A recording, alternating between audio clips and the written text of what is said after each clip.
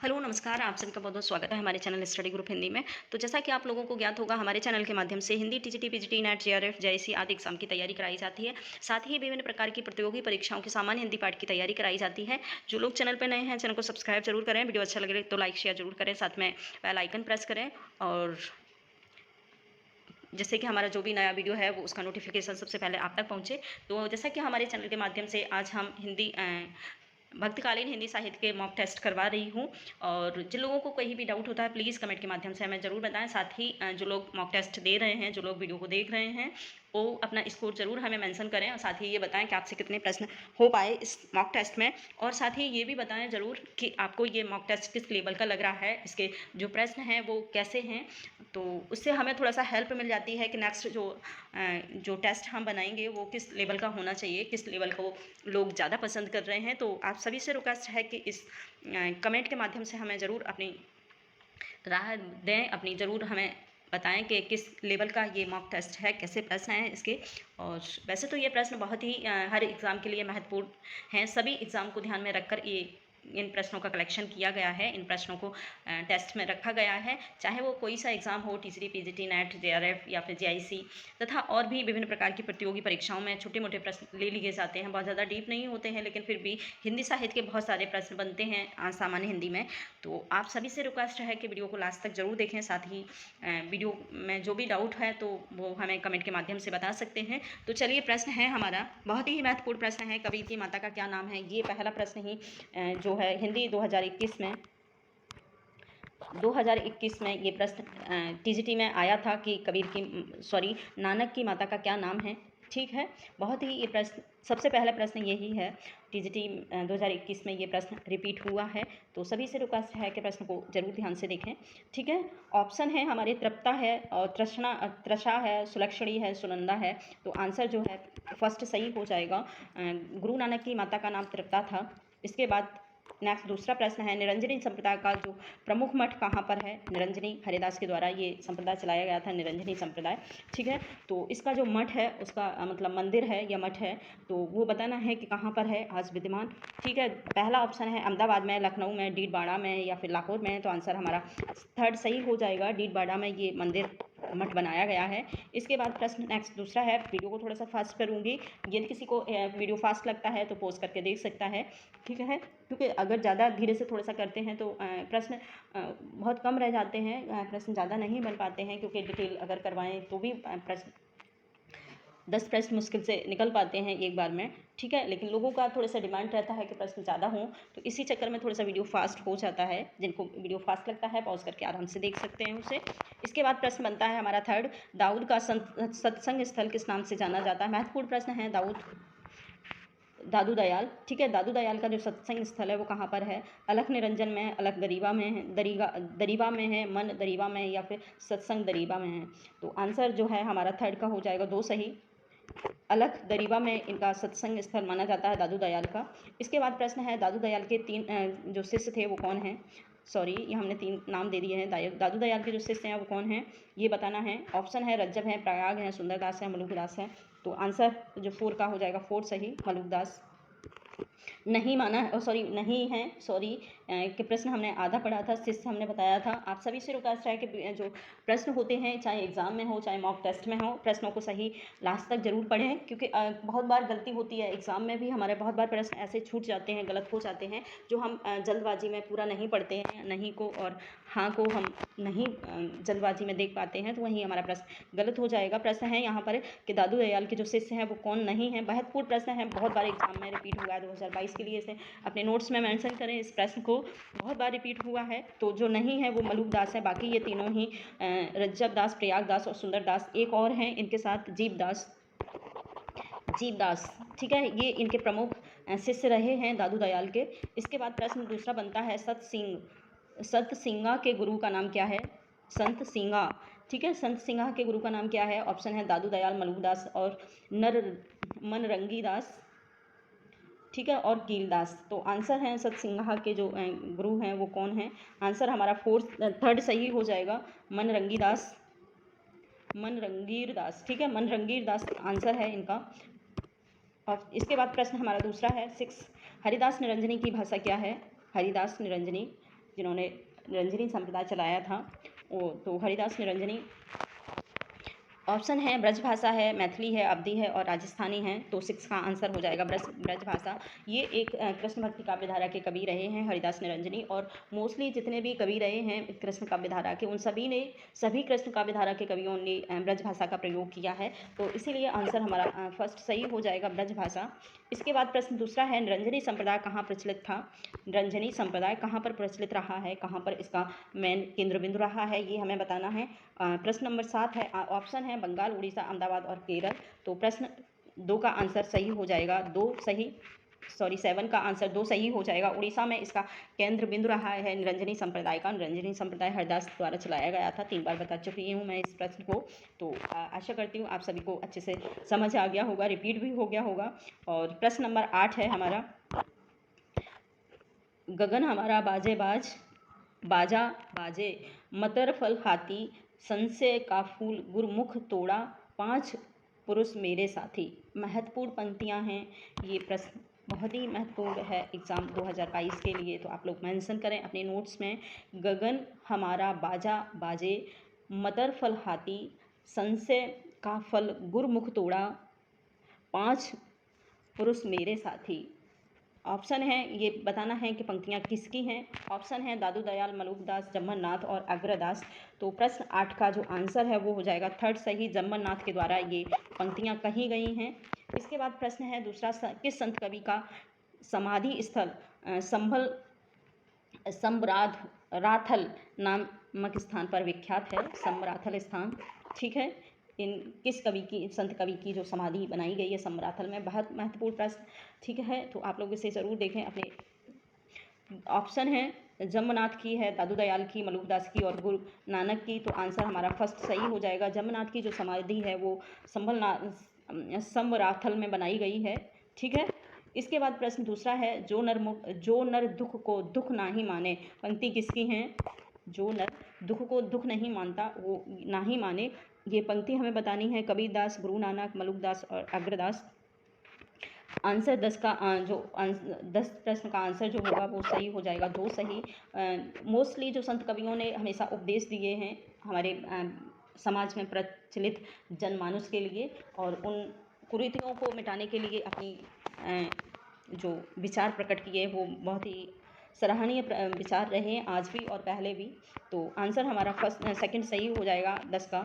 इसके बाद प्रश्न है, साहित्य लहरी किसकी रचना है? सभी लोग जानते होंगे, सिंपल सा प्रश्न है। ऑप्शन है हमारे सूरदास, तुलसीदास, कबीरदास और रामानंद। तो आंसर हमारा फर्स्ट सही हो जाएगा। सूरदास के द्वारा लिखी गई साहित्य लहरी बहुत ही महत्वपूर्ण रचना सूरदास की रही है। तो आंसर इसका फर्स्ट सही हो जाएगा। देख लेते हैं, छोटी सी इसकी व्याख्या है, अपने नोट्स में ज़रूर मेंशन करें। साहित्य लहरी, सूरावली सूरदास की रचना है, ठीक है, और सूरसागर, ये 3 रचनाएं ही सूरदास के द्वारा हमें मिलती हैं प्रत्यक्ष रूप से। तो इन तीनों ही रचनाओं को यहाँ पर मेंशन किया गया है व्याख्या के रूप में। आप लोग इसे मेंशन करें अपने नोट्स में। इसके बाद नेक्स्ट दूसरा प्रश्न है 12 नंबर, अनेकार्थ मंजरी किसकी रचना है? महत्वपूर्ण रचना रही है अनेकार्थ मंजरी, आप लोग समझ भी गए होंगे किसकी रचना है। सूरदास है, नंददास है, परमानंददास है, कृष्णदास है। तो 2 का आंसर हो जाएगा 2 सही, 12 क्वेश्चन का जो आंसर है वो 2 सही हो जाएगा। नंददास के द्वारा लिखी गई है अनेकार्थ मंजरी, ध्यान मंजरी, रस मंजरी, ये इनकी प्रमुख रचनाएं हैं नंददास की। आप लोग एक बार इनकी व्याख्या को मेंशन करें अपने नोट्स में, बहुत ही महत्वपूर्ण इनकी व्याख्या रचनाएं रही हैं। अनेकार्थ मंजरी, मान मंजरी, रस मंजरी, रूप मंजरी, विरह मंजरी और प्रेम बाराखड़ी नंददास की प्रमुख रचनाएं हैं। इनको अपने उसमें मेंशन करें अपने नोट्स में। इसके बाद प्रश्न है 13, हिरडेवाड़ी और दादू अंगबधू किसकी रचना है? बहुत बार ये रचना है हमारे हिंदी साहित्य के प्रश्न में रिपीट होती हैं, बहुत बार टीजीटी पीजीटी नेट में ये रचनाएं मेंशन रिपीट हुई हैं ये प्रश्न। तो आंसर है इसका दादू दयाल। ऑप्शन है दादू दयाल, रज्जब, संत दास और जगजीवन दास। तो आंसर है हिरडेवाड़ी जो रचना है वो 13 का जो आंसर है 1 सही हो जाएगा। दादू दयाल की ये रचनाएं हैं हिरडेवाड़ी और अंगबधू, बहुत ही फेमस रचनाएं हैं हिरडेवाड़ी, अंगबधू। इसके बाद प्रश्न है हमारा दूसरा, नारायण जयपुर के पास, नारायणा जयपुर के पास और घर आने किसकी प्रधान अड्डा रहा है? ये प्रश्न बताना है कि नारायणा जयपुर के पास वो ये जो नारायणा स्थल है वो है। और घर आने का किसका अड्डा रहा है? तो मलूक दास हैं, संत सिंगा हैं, संत दादू पंथियाँ हैं और जगजीवन दास हैं। तो आंसर 14 का हो जाएगा थर्ड सही। दादू दयाल पंथियों के द्वारा ऐसा जयपुर का नारायणा अड्डा है, वहाँ पर इनका स्थल रहा है। इसके बाद प्रश्न है 15, जग बिच कमल कमल बिच कलियाँ, जय वासुद अन विषनासी, घर में गंगा घर में जमुना नहीं द्वारिका काशी। बहुत ही महत्वपूर्ण पंक्ति हैं ये। इन पंक्तियों को आप ज़रूर अपने नोट्स में मेंशन करें, क्योंकि पंक्तियाँ बहुत एग्ज़ाम में आती हैं, चाहे वो टीजीटी पीजी का प्रश्न पत्र हो या फिर जेआरएफ नेट का हो या फिर जेआईसी का हो। इन सभी प्रश्नों में पंक्तियों बहुत महत्वपूर्ण भूमिका निभाती हैं। तो आप लोग इन पंक्तियों को ज़रूर मेंशन करें।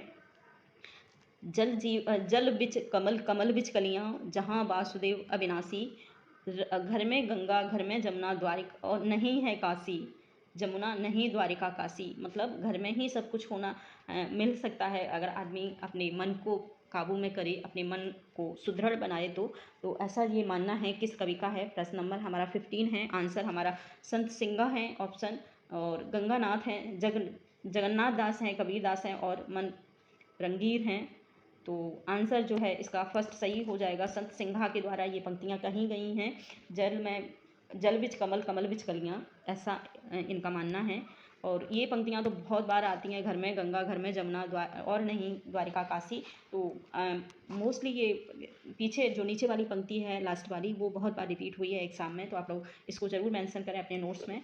इसके बाद प्रश्न है 16, किस पंथ के लोग साथ में एक सुमरनी रखते थे और सतराम कहकर अभिवादन करते थे? मतलब ये उनका प्रकाश चिन्ह था। कैसे, कौन से कवि थे जो अपने साथ सुखमणि को रखते थे, सुमरनी को रखते थे और साथ ही संत राम कहकर अपने दूसरे किसी अपने मतलब मित्र को या फिर अपने रिलेटिव्स को संबोधित करते थे? तो ऑप्शन है मलूक दास, निरंजनी संप्रदाय, हरदास संप्रदाय और रामानंदी संप्रदाय। तो आंसर 16 का जो है हमारा हो जाएगा 1 सही। ठीक है, मलूक दास के जो मलूकपंथी लोग थे वो ऐसा करते थे, अपने साथ स्मरणी रखते थे और संत राम नाम से एक दूसरे को अभिवादन करते थे। ठीक है, इसके बाद प्रश्न है बाबा लाल और दारा सिकोहा का वार्तालाप किस ग्रंथ में संग्रहित है? बहुत ही महत्वपूर्ण ये प्रश्न है, 2022 के लिए मेंशन करें आप लोग। और साथ ही अपने डाउट को ज़रूर मेंशन कर सकते हैं यदि कहीं किसी को भी डाउट होता है तो। और मैं क्या बताऊँगा, वैसे ही बहुत समझदार लोग हैं, मतलब ऐसा नहीं है को कोई समझ नहीं रहे होंगे इस बात को। तो प्रश्न नंबर 17 का जो ऑप्शन है वो है नंदारू नन्नी कांत, दूसरा है असरारे मार्फत, सुख सागर और अंगबधू। ये ऑप्शन हैं, ये रचनाएं हैं जिसमें हमें बताना है कि बाबा लाल और दारा सिकोह का वार्तालाप इस किस प्रश्न ग्रंथ में मेंशन किया गया, संग्रहित है मतलब। तो ये बताना है। आंसर है 17 का हमारा जो है 2 सही हो जाएगा। असरारे मार्फत में ये मेंशन किया गया है बाबा और दारा सिकोह का वार्तालाप। इसके बाद प्रश्न है हमारा दूसरा 18, बाबा लाल के विचारों का संग्रह किस ग्रंथ में है? बाबा लाल के जो विचार हैं वो किस ग्रंथ में संग्रहित किए गए हैं? ऑप्शन है नादिर निनकांतु ज्ञानबोध और असरारे मार्फत और सबंगी। ठीक है, बहुत बार ये रचना सबंगी को तो बहुत बार रिपीट किया है एग्जाम में, तो आप लोग इस चीज़ को ध्यान रखें। प्रश्न हमारा 18 है। 18 का जो प्रश्न है वो हो जाएगा हमारा फर्स्ट सही। ठीक है, नादिरु निनकांता जो है वो बाबा लाल के विचारों का संग्रहण किया गया है इसमें। ठीक है, और इसके बाद जो प्रश्न है हमारा नेक्स्ट 19, तो 19 का जो ऑप्शन है, प्रश्न है बाबा लाल का सेल कहाँ है? बाबा लाल का सेल मतलब इनका रहने का स्थल कहाँ पर है? तो बड़ौदा में, हावड़ा में, चेन्नई में, अरावली में है। तो आंसर जो है हमारा 19 का हो जाएगा फर्स्ट सही, बड़ौदा।